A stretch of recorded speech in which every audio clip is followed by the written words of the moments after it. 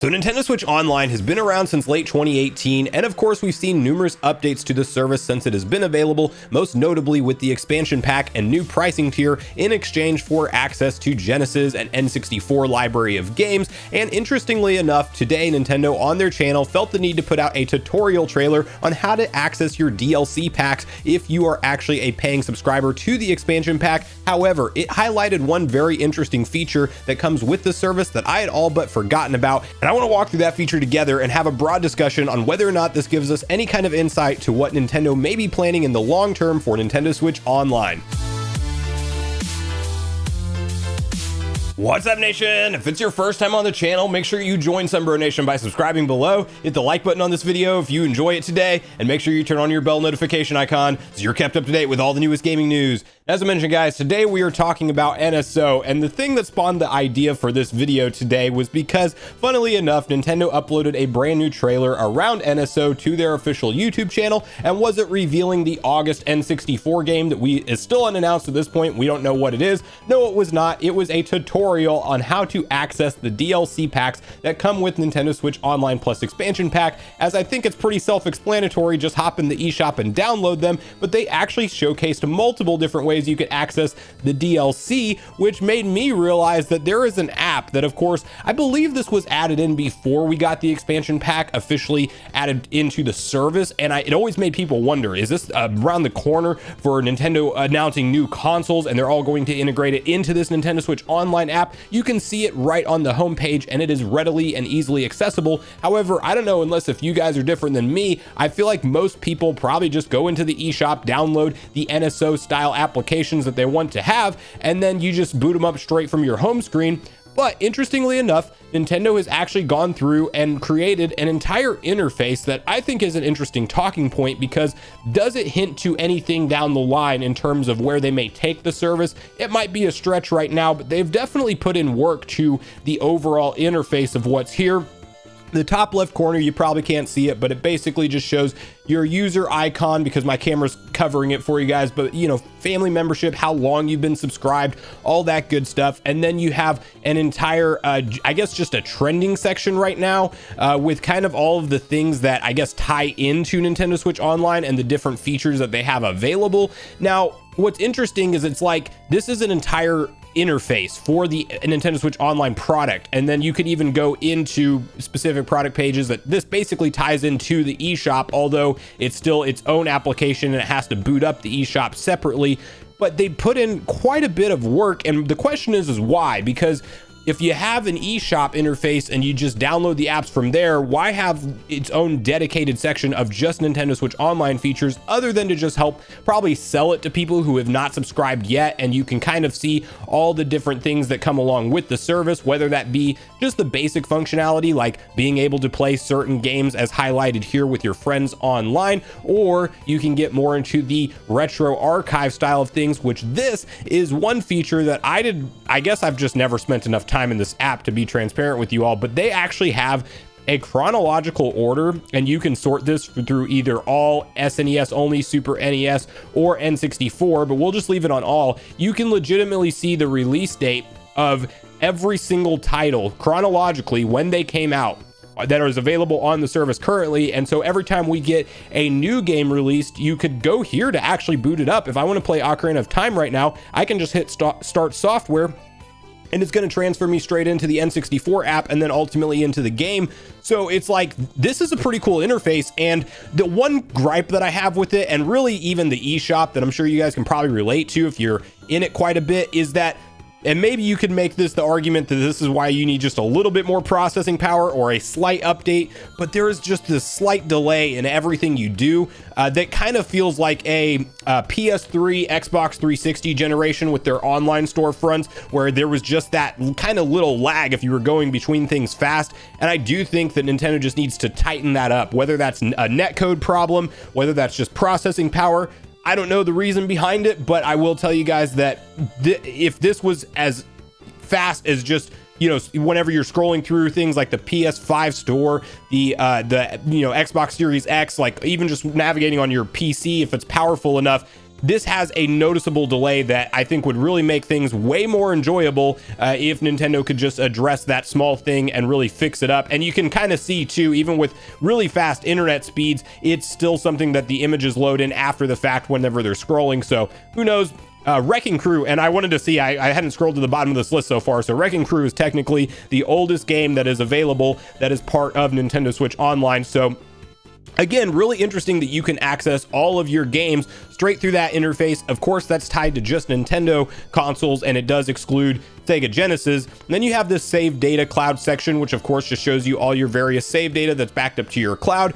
And then, so not a ton to go over there. Special offers, again, just stuff to kind of sell you on why you should be subscribed to NSO. So game trials, Tetris 99, Pac-Man 99, products that some of which you still can't get, such as the N64 controller. Looking at you, what happens when we try to select it? Well, you can go to the view the product page, but you cannot buy this thing. I mean, it does happen. There are restocks, but Nintendo absolutely dropped the ball with how many controllers they produce versus, I think, the demand around it, because I've definitely seen a lot of you in the comments mention that you're still looking for this thing, and as soon as a restock happens, it's sold out again immediately. So hopefully Nintendo addresses that soon, or in the meantime, give us the ability to remap the controls straight through the N64 emulator app, because I think that would solve a lot of problems for a lot of people, not have to do it through the system settings where it confuses all the rest of your buttons.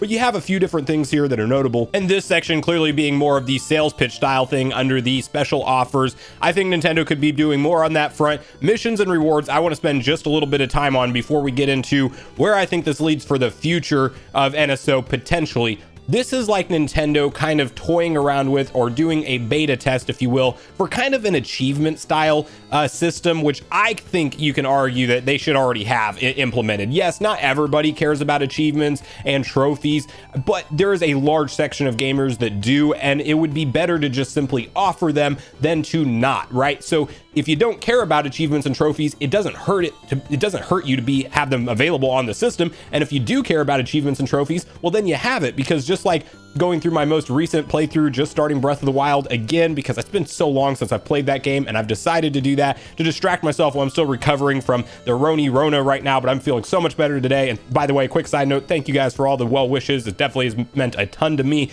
But you know, for me, just playing through that game, wanting kind of like, I want something that shows on my profile, even if you want to tie it into these kind of specific icons, if you want to go all out and get all 900 Korok seeds, or you just want to, you know, complete the game into a 100% completion with a lot of the side quests that will ultimately give you new unlockables or new achievements, and then you kind of have that as part of your online profile that friends can see when they click on your name. I think that is very fun and enjoyable, and I personally really enjoy that on consoles like PlayStation, where since the PS3 I've been unlocking trophies, and specifically me being a big fan of the Dark Souls series, I go out of my way every single new Souls release to make sure that I platinum the games. And you know, Elden Ring, while the game took me roughly, I think 80 hours to get through, it was 120 by time I had actually gotten everything for the platinum trophy. So for certain users, myself included, I feel like it gives me a little bit of a push to go above and beyond and experience different aspects of the game that I may just choose to be lazy and skip over otherwise.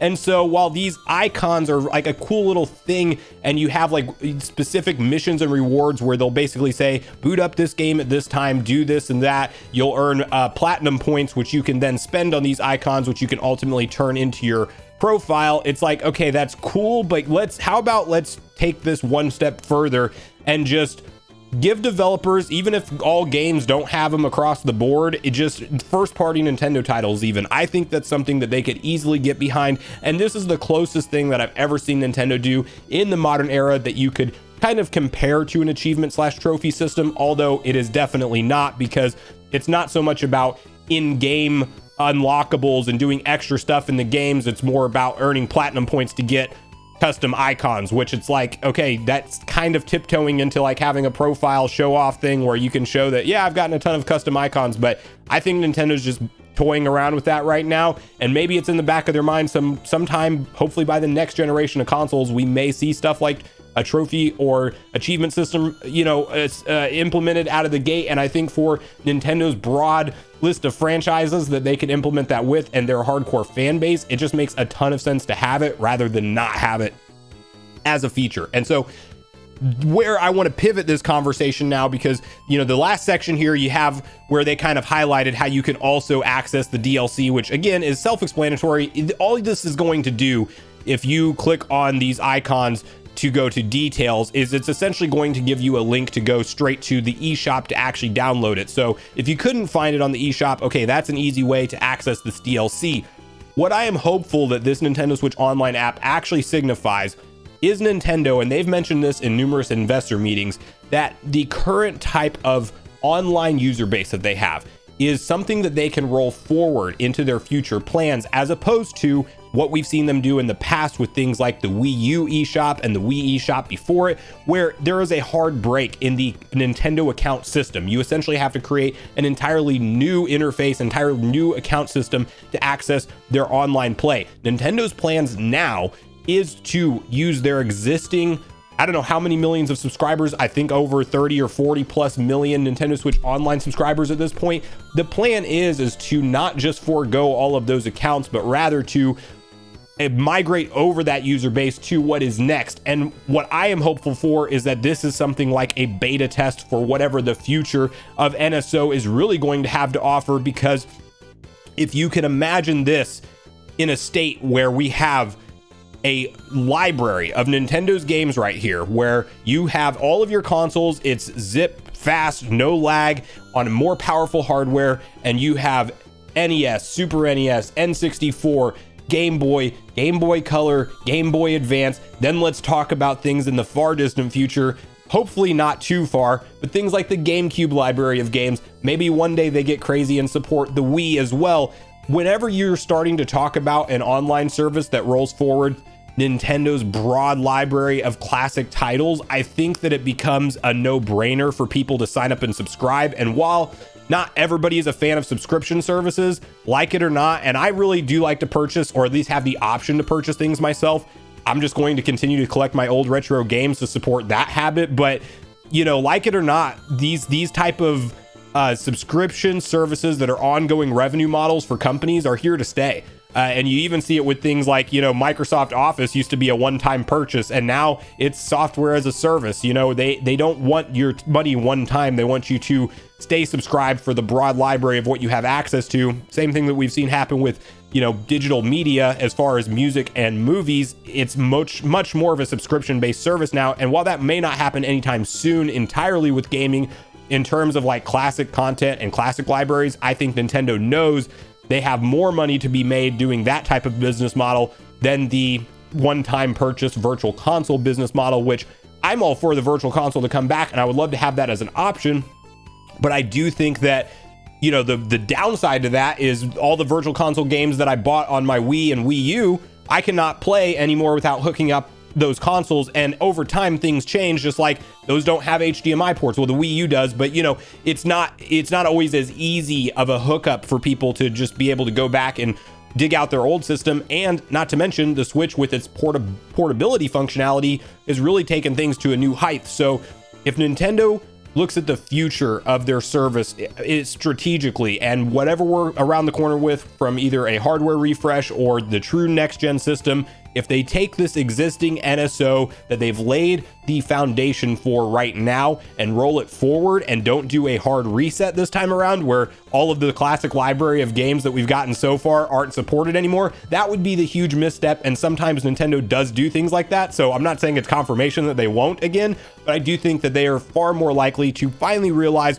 what they have with their large online community that they've built up on the Nintendo Switch with 111 million total units sold. So we are in a very interesting time for Nintendo Switch Online. This app, I feel like, could be something of a beta test for what they have for the broader plan of the future of the service, because these online things change as time goes on. And so we can always see an exciting update that really does make this the focal point and the center point for how we access everything around Nintendo Switch Online. Because up until today's video, with really getting that highlight from Nintendo about this app, I don't hop into this and I don't think about it hardly at all. So I want to hear from you guys at this point in the video, whether or not maybe you use this app all the time, because it is right there on the home screen. Is this how you access your NSO games?